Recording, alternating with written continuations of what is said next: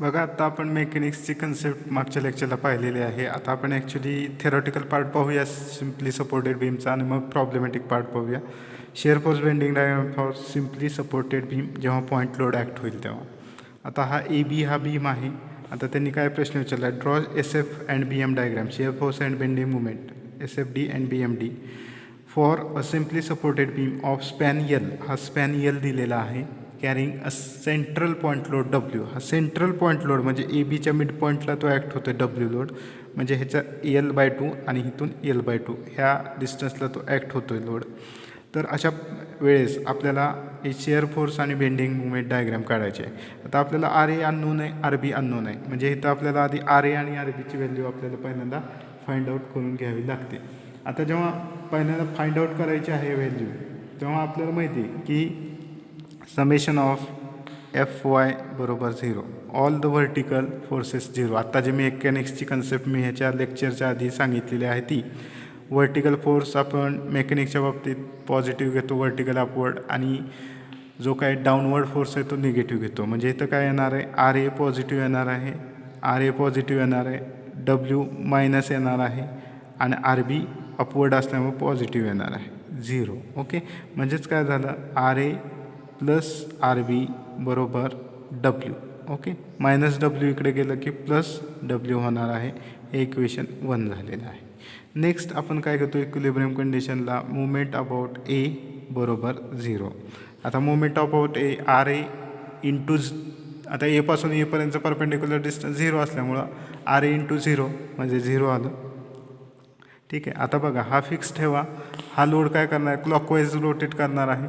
ह्या बीमला काय करणार आहे, तर डब्ल्यू काय करणार, क्लॉकवाईज रोटेट करणार आहे. हा डाऊनवर्ड आहे म्हणजे असं क्लॉकवाईज डायरेक्शन रोटेट करणार, म्हणजे पॉझिटिव्ह येणार आहे. Plus W into perpendicular distance from A किती आहे, परपेंडिक्युलर डिस्टन्स फ्रॉम ए किती आहे, L/2. ओके, हां. नेक्स्ट आर बी हा फोर्स आहे, हे अँटी क्लॉकवाईज रोटेट करणार आहे म्हणजे मायनस येणार आहे. R B minus R B into movement घेतो आपण, R B into perpendicular distance from A किती आहे, L इज इक्वल टू 0. ठीक आहे, म्हणजेच काय, आर बी इंटू L बरोबर WL/2. Minus R B into L इकडे गेलं पॉझिटिव्ह झालं, WL/2. So R B is WL/2 into 1/L. Okay, हे L इकडे गेलं, L काय होणार आहे, कॅन्सल होणार आहे. म्हणजेच आर बी काय आलं, W/2. आर बीची व्हॅल्यू काय आली, W/2. ठीक आहे, आर बीची व्हॅल्यू आलेली आहे. ही आर बीची व्हॅल्यू इक्वेशन 1मध्ये टाका, R A plus W/2 is equal to W. So R A is equal to W minus W/2, म्हणजेच काय आलं, W/2. ओके, आर एची व्हॅल्यू काय आली, W/2च आलेली आहे. W/2 आणि W/2 अशा दोन व्हॅल्यू तुम्हाला इथं आलेल्या आहे. ठीक आहे, अशा पद्धतीनं आर ए आणि आर बीची व्हॅल्यू आलेली आहे, ती इथं पुटअप करूया. आर ए बरोबर काय आलं आहे, W/2 आणि आर बी बरोबर काय आलं आहे, W/2. ओके, आता आपण शिअर फोर्स आणि बेंडिंग मुवमेंट डायग्राम काढणार आहोत. मग शिअर फोर्स आणि बेंडिंग मुवमेंट डायग्राम काढताना आपण जेवढे पॉईंट्स आहेत, आता मी इथं सी पॉईंट देतो, सपोज हा सी पॉईंट, जेवढे पॉईंट्स आहेत त्याच्यातनं काय करतो आपण, व्हर्टिकल लाईन ड्रॉ करतो. ठीक आहे, नंतर ही बेस लाईन ड्रॉ करतो. आता मी काय करणार आहे की इथं अशी एक सेक्शन लाईन घेणार आहे, इथं एक सेक्शन लाईन घेणार आहे, इथं एक सेक्शन लाईन घेणार आहे. ठीक आहे, असे सेक्शन लाईन घेणार आहे आणि इथं एक सेक्शन लाईन, असे सेक्शन लाईन घेणार आहे. आता मी हे खाली सिम्प्लिफाय करून काढतो म्हणजे तुम्हाला लक्षात येईल. आता आपण जसं शिअर फोर्स कॅल्क्युलेट करतो त्याच्यामध्ये साइन कन्व्हेन्शन काय आहे, ही सेक्शन लाईन आहे, ह्याच्या उजव्या साईडला डाऊनवर्ड पॉझिटिव्ह आणि डाव्या साईडला जो फोर्स आहे तो अपवर्ड पॉझिटिव्ह असतो. ठीक आहे, ह्या सेक्शन लाईनच्या हा पॉझिटिव्ह आणि सेक्शन लाईनच्या उजव्या साईडला अपवर्ड निगेटिव्ह, डाव्या साईडला डाऊनवर्ड निगेटिव्ह. अशा पद्धतीने शिअर फोर्सचं आपल्याला साइन कन्व्हेन्शन इथं वापरावं लागणार आहे शिअर फोर्स काढण्यासाठी. ठीक आहे, आता एक एक पॉईंटवर आपण शिअर फोर्स काढूया. Shear force at B, so shear force at B इथं सेक्शन लाईन घेतलेली आहे. हा फोर्स कुठं जातो आहे तर हा अपवर्ड जातो आहे, म्हणजे ह्या निगेटिव्ह येणार आहे. ठीक आहे, हा काय येणार आहे निगेटिव्ह येणार. बघा हा फोर्स काय होतो आहे आर बी काय होतो आहे अपवर्ड जातो आहे. W/2 आहे, W/2 आहे म्हणजे निगेटिव्ह येणार आहे. का सेक्शन लाईनच्या उजव्या साईडला काय सेक्शन लाईनच्या उजव्या साईडला अपवर्ड आहे म्हणजे निगेटिव्ह -W/2. ओके, नंतर shear force at C right, shear force at C right म्हणजेच FCR. Okay, shear force at C right जर तुम्ही घेतलं तर हा सीचा जो राईट आहे त्याच्या उजव्या साईडला कुठला फोर्स आहे तर एकच फोर्स आहे, तो अपवर्ड जातो आहे म्हणजे निगेटिव्ह आहे. म्हणजे ह्याची पण व्हॅल्यू काय आली -W/2. नंतर आपण काढूया shear force at C left, सीचा लेफ्ट हा जे सेक्शन लाईन आहे ह्याच्या उजव्या साईडला कुठले फोर्सेस आहेत तर W आहे, तो डाऊनवर्ड जातो म्हणजे पॉझिटिव्ह. हा RB आहे W/2, तो अपवर्ड जातो आहे. ह्या सेक्शन लाईनच्या उजव्या साईडला अपवर्ड जातो निगेटिव्ह. हा W सेक्शन लाईनच्या उजव्या साईडला डाऊनवर्ड जातो पॉझिटिव्ह. हे साईन कन्व्हेन्शन आपल्याला इथं वापरावं लागलं. CL बघा हे C लेफ्टला, हे C पॉईंट आहे ह्याच्या लेफ्टला कुठले दोन फोर्सेस आहेत W आणि W/2 असं कन्सिडर करा. आता ही सेक्शन लाईन आहे, ह्या सेक्शन लाईनच्या उजव्या साईडला हा काय होतो डाऊनवर्ड जातो आहे म्हणजे पॉझिटिव्ह. ह्या सेक्शन लाईनच्या उजव्या साईडला हा अपवर्ड जातो म्हणजे काय होतो निगेटिव्ह होतो.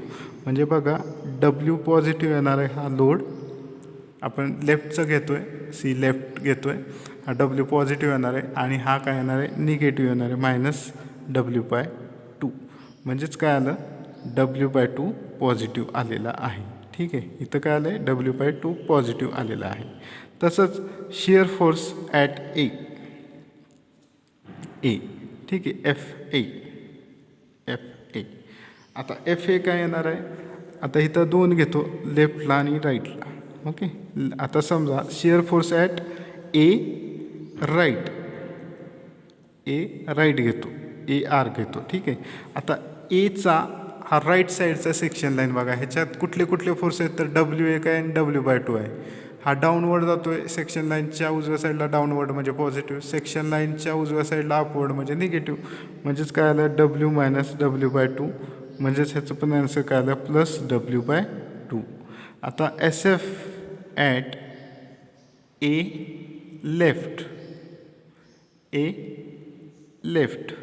लेफ्टला, ह्या एच्या लेफ्टला कुठल्या फोर्स आहेत RA फोर्स आहे, W आहे आणि RB आहे.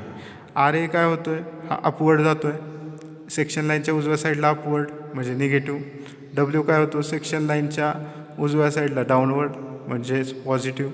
हा RB काय होतो ही सेक्शन लाईन आपण लेफ्टची धरतो आहे, सेक्शन लाईनच्या उजव्या साईडला अपवर्ड म्हणजेच निगेटिव्ह. म्हणजेच काय झालं तर बघा RA किती आहे W/2, हा काय येणार आहे हा निगेटिव्ह येणार आहे. हा RA काय येणार आहे निगेटिव्ह येणार आहे, ह्याच्या उजव्या साईडला अपवर्ड जातो आहे W/2 त्याचं मॅग्निट्यूड.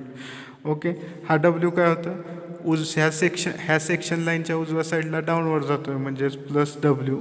ओके, नंतर हा काय होतं -W/2. ओके, म्हणजेच काय झालं -W + W म्हणजेच 0 आलं. हा काय आला 0. मग आपण शिअर फोर्स डायग्राम काढूया. शिअर फोर्स डायग्राम काढताना ही बेस लाईन काढली. आता बीला बघा काय व्हॅल्यू आहे, बीला -W/2 आहे. -W/2 म्हणजे बेस लाईनच्या खाली, इथं काय आलं W/2 आलेलं आहे, हे W/2 आलेलं आहे. आता सीला दोन व्हॅल्यू आलेले आहेत, राईटला -W/2 आणि लेफ्टला W/2. म्हणजे बघा सीला दोन व्हॅल्यू आलेल्या आहेत, राईटला W/2 मायनस आलेला आहे म्हणजे बेसलाईनच्या खाली, आणि लेफ्टला +W/2 म्हणजे बेसलाईनच्या वरती आलेला आहे. ठीक आहे, म्हणजे इथं पॉईंट लोड असल्यामुळे अशी एक व्हर्टिकल लाईन येईल, पॉईंट लोड असल्यामुळे इथं अशी व्हर्टिकल लाईन येईल. आता ह्याच्यामध्ये कुठलाच लोड नाही म्हणजेच नो लोड असल्यामुळे हे हॉरिझॉन्टल अशी लाईन येईल, स्ट्रेट लाईन. ठीक आहे, आता एला दोन व्हॅल्यू आलेले आहेत, एक +W/2 आणि एक 0. +W/2 इथं आलं, +W/2 म्हणजे ह्याच्या आणि ह्याच्यामध्ये कुठला लोड नाही असं आलं, तर हे पॉईंट लोड आहे म्हणजेच आपल्याला इथं असं येणार आहे, असं आलेलं आहे. आता बघा हा पॉईंट तुम्हाला दिसतोय तो काय, point of Contra shear. Point of Contra shear म्हणजेच काय, इथं काय झालं, निगेटिव्हचं पॉझिटिव्हमध्ये रूपांतर झालेलं आहे. ह्याला आपण म्हणतो पॉईंट ऑफ, ह्या पॉईंटला काय म्हणतो, कॉन्ट्रा शिअर म्हणतो. ठीक आहे, पॉईंट ऑफ कॉन्ट्रा शिअर म्हणणार आहोत. ठीक आहे, अशा पद्धतीने ही शिअर फोर्स डायग्राम झालेली आहे. आता आपल्याला काय काढायचे, तर बेंडिंग मुवमेंट डायग्राम काढायची आहे. ह्याची बेंडिंग मुवमेंट डायग्राम काढूया. बघा, bending movement. So bending movement at B, bending movement at B. बघा, बीला हा लोड ॲक्ट होतो आहे. मग बीपासून हा लोड जो ॲक्ट होतो आहे W/2, तर बीपासून बीपर्यंतचं अंतर किती आहे, 0. म्हणजे इथं काय येणार आहे, तर इथं बेंडिंग मुवमेंट ॲट बी काय येणार आहे, 0 येणार आहे. ठीक आहे. Next bending movement at C. आता सीचा पॉईंट घ्या, सीचा पॉईंट घ्या. इथं W लोड ॲक्ट होतो आहे. सीपासून सीपर्यंतचं परपेंडिक्युलर डिस्टन्स 0 आहे, म्हणजे हा 0 झाला. ह्याच्या उजव्या साईडला बघा कुठला लोड आहे, तर W/2. हा काय करतो आहे, तर ह्याला असं वर ढकलतो आहे. म्हणजेच काय करतो आहे, हा सॅगिंग करतो आहे. सॅगिंग करतो आहे म्हणजेच काय, हे फिक्स ठेवा, हे वरती ढकलतो म्हणजे सॅगिंग करतो आहे. सॅगिंग म्हणजेच पॉझिटिव्ह आलं. W/2 इंटू परपेंडिक्युलर डिस्टन्स किती आहे ते, तर हे परपेंडिक्युलर डिस्टन्स आहे L/2. म्हणजेच मुवमेंट म्हणजेच काय, load into perpendicular distance from C, तर L/2. म्हणजेच काय आलं, प्लस WL/4, प्लस WL/4 आलेलं आहे. Next bending movement at A, bending movement at A. बघा, ए इथं RA फोर्स आहे म्हणजे W/2 आहे.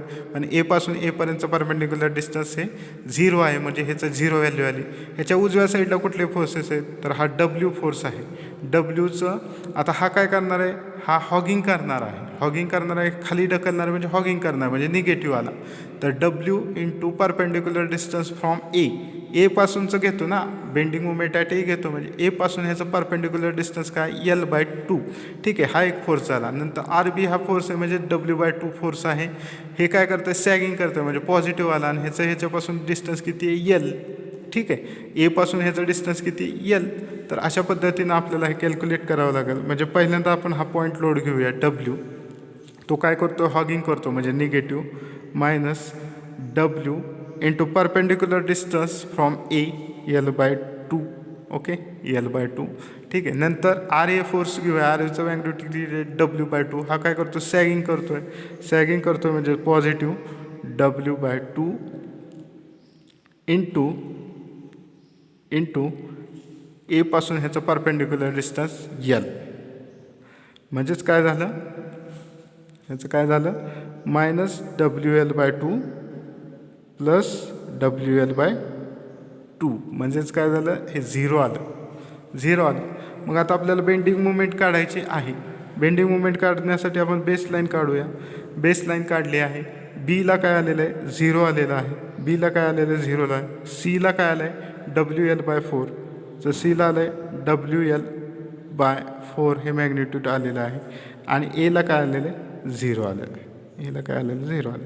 आणि माहिती आहे की आपल्याला इथं असं जॉईन करून घ्यावं लागेल. ठीक आहे, बेंडिंग मुवमेंट अशी इन्क्लाइन लाईन येते.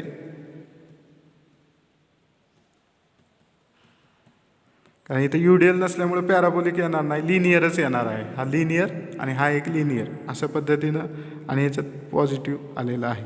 अशा पद्धतीनं आपल्याला थेरॉटिकल पार्ट हा असा कळल्याच्या नंतर प्रॉब्लेम सॉल्व करायला सोपं जाणार आहे. हे झालं लोड ॲट मिड स्पॅन.